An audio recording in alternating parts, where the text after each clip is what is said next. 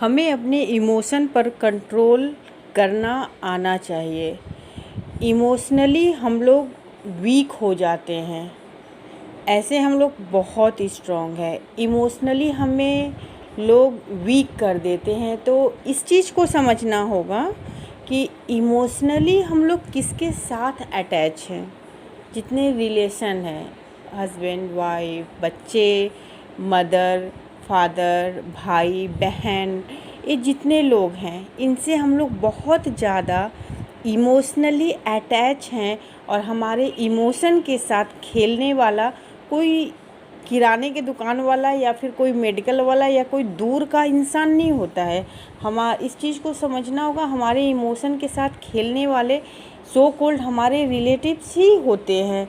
तो इस चीज़ को अगर हम समझते हैं कि हमें हार्म पहुंचाने वाला हमारे दिल के करीबी हमारे रिश्तेदार ही हैं, तो हमें अपने आप को मेंटली प्रिपेयर करना होगा, स्ट्रॉन्ग बनाना होगा कि हमारे साथ कोई खेल ना सके। जैसे आज रिश्तों में ऐसा हुआ है कि लोग यूज़ करते हैं, अपना काम निकल गया फिर तुम भाड़ में जाओ, इस तरह का अभी जो सिचुएशन चल रहा है।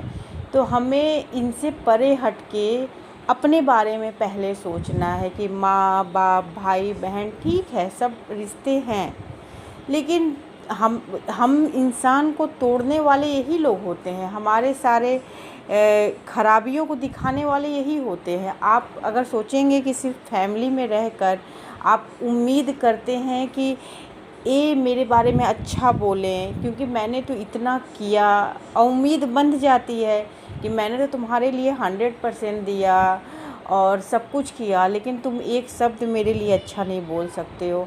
तो ये उम्मीद करना छोड़ देना होगा। अपने आप को इमोशनली मतलब डाउन पर नहीं ले जाना है, अपने इमोशन को कंट्रोल करना है कि आपने जो किया सो किया। अपने रिलेटिव्स के लिए उम्मीद नहीं रखना, लेकिन कहीं ना कहीं हमारे सबकॉन्शियस माइंड में ये उम्मीद बंध जाती है कि मैंने किया तो उसे भी ऐसा करना चाहिए था। कहीं ना कहीं वो मन में अंदर कहीं रहता है, वही हमें फिर सैड फील कराता है, दुखी कराता है और फिर हमें तकलीफ़ होती है। तो अपने आप को ही मजबूत बना लेना है इतना कि ये जो इमोशनली अटैचमेंट है, जो दिल के करीबी रिलेटिव्स होते हैं, ये हमारे दिल पर हार्म ना पहुंचा सकें, है ना। कि दिल बहुत सेंसिटिव चीज़ है, हाँ, वहाँ हार्म ना पहुंचा सके। और ये करीबी ही हार्म पहुंचाते हैं, यही हमें तकलीफ़ देते हैं, हमारे डिमेरिट्स को गिनवाते हैं, देखते हैं। चाहे अपने ही ध्यान से सोचिए, अपने ही घर में माँ बाप भाई बहन, मतलब उनके लिए, और ये सबके साथ हो रहा है, सबके साथ हो रहा है। अभी लाइफ का जो ट्रॉमा चल रहा है, तो हर इंसान भाई बहन माँ बाप इससे जुड़ा हुआ है, कहीं ना कहीं वो रिश्ते में फंसा है। लेकिन हर इंसान यही कंप्लेन कर रहा है कि वो मुझे यूज़ कर रहा है, फिर मेरी भावनाओं को नहीं समझ रहा है। तो खेल समझिए, कुछ खेल इमोशन का ये जो चल रहा है कि इमोशन से थोड़ा परे हटिए और अपने आप को मजबूत बनाइए कि अगर ये कुछ कहते हैं गलत हमें, तो उसका हम पे प्रभाव ना पड़े। क्योंकि सबका यही कंप्लेन है कि मेरे रिश्तेदार ऐसा यूज़ कर रहे हैं सब, तो रिश्तेदार भी यही किसी से बोल रहा है कि मेरे रिश्तेदार मुझे यूज़ कर रहे हैं। तो मतलब हर बंदा ऐसे गुजर रहा है। तो अब आप बताओ कि इसमें गलत कौन है, जब हर बंदा उसी में गुजर रहा है। तो लाइफ का है ना एक ऐसा फेज चल रहा है। तो इस सिचुएशन में करना क्या है, करना ये है माय डियर फ्रेंड्स, अपने आप को इमोशनली स्ट्रॉन्ग बनाना है, अपने इमोशन पर कंट्रोल करना है, इमोशनली वीक नहीं बनना है, अपने भावनाओं को काबू में रखना है। हम लोग की भावनात्मक जो थॉट्स है ना, अपने रिलेटिव्स के साथ ही जुड़ी है, वो नहीं जोड़ना है। वो कहीं ना कहीं हमारा मन बड़ा चालू है, जोड़ देता है, इतना चालू है ना, अरे तुमने उसके लिए इतना किया, वो नहीं किया, याद रखना तुम, मतलब तुम्हारा मन ऐसा तुमको बहकाएगा ना कि तुम सोच नहीं सकते। लेकिन रियलिटी क्या है, अंदर से सब बड़ा प्यार करते हैं एक दूसरे से, है ना। अगर हटा दो चीज़ों को तो अंदर से तो मतलब कि आंसू बहने लगेंगे कुछ देर में, अगर ना बात हो या फिर जो भी। तो अपने ये जो अंदर से मन इतना जोड़ लेता है ना, इतना बहुत ज़्यादा किसी पे अगर कोई बहुत हाईली सेंसिटिव होता है, जो हाईली सेंसिटिव होते हैं वही डिप्रेशन में चले जाते हैं। तो जानते हो, थोड़ा साइलेंस मेंटेन करो, बहुत ज़्यादा बोलना। ये जो ट्रॉमा हो रहा है कि सब ये वर्ड बोल रहे हैं कि मुझे यूज, मुझे यूज, मुझे यूज, मतलब कि तुम जिस रिश्तेदार को कह रहे हैं कि वो अगला मुझे यूज़ कर रहा है, तो वो तुम्हारा जो रिश्तेदार है वो किसी और अपने सगे से कह रहा है कि वो मुझे यूज़ कर रहा है, तो कहीं ना कहीं सब यूज़ हो रहे हैं। तो my dear friends, silence maintain करें। इमोशन को कंट्रोल करने के लिए साइलेंस जितना ज़रूरी है उतना ही बोलना है। जितना कर दिए, सामने आ गया काम, कर दो, फिर भूल जाओ। जो आया बस उसी टाइम बात करो, फिर हटा दो। फिर समझ लो उससे इतना ज़्यादा नहीं बात करना है, इतना ज़्यादा नहीं जोड़ना है। एक बैलेंस में चलना है, अपने इमोशन को कंट्रोल करके चलना है।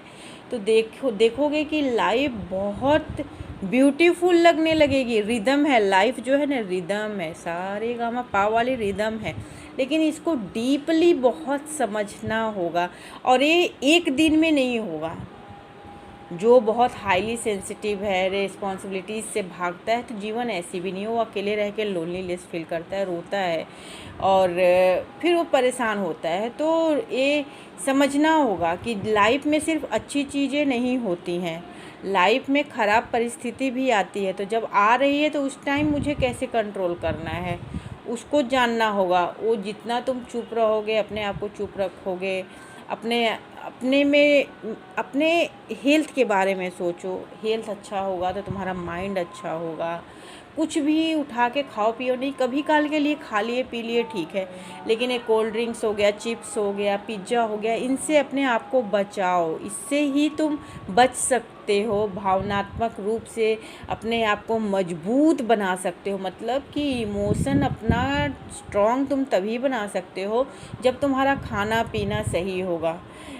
कभी काल को चेंज के लिए तुम कर सकते हो, लेकिन धीरे धीरे जब तुम छोड़ने लगोगे ना, तो तुम देखोगे तुम ये सब चीज़ें खाना ही नहीं पसंद करोगे, ये सब चीज़ तुम्हें अच्छी ही नहीं लगी। योगा बेस्ट है, सबको योगा करना चाहिए, और खाने पे कंट्रोल धीरे धीरे करना है, अपने आप को थोड़ा साइलेंस मोड पे लाना है, चीज़ों को समझना है। ऐसा करके तुम इमोशन पर कंट्रोल पा जाओगे, और जब इमोशन पे कंट्रोल पा जाओगे ना, तब तो फिर लाइफ तो रिदम है, बहुत मज़ा आता है, लाइफ बहुत ब्यूटीफुल होती है। बस इसको समझना है। अब इस तरह की सोच निकाल दो कि ये कलयुग है, यहाँ तो ऐसा ही रहेगा। ये युग, इन सब के चक्कर में मत फंसो। अपने प्रेजेंट को देखो, उसको अच्छा बनाने की कोशिश करो। हाँ, उसको समझो। सारा जो मतलब दुनिया ही है, ये सारा दुनिया ही तो ईश्वर का रूप है।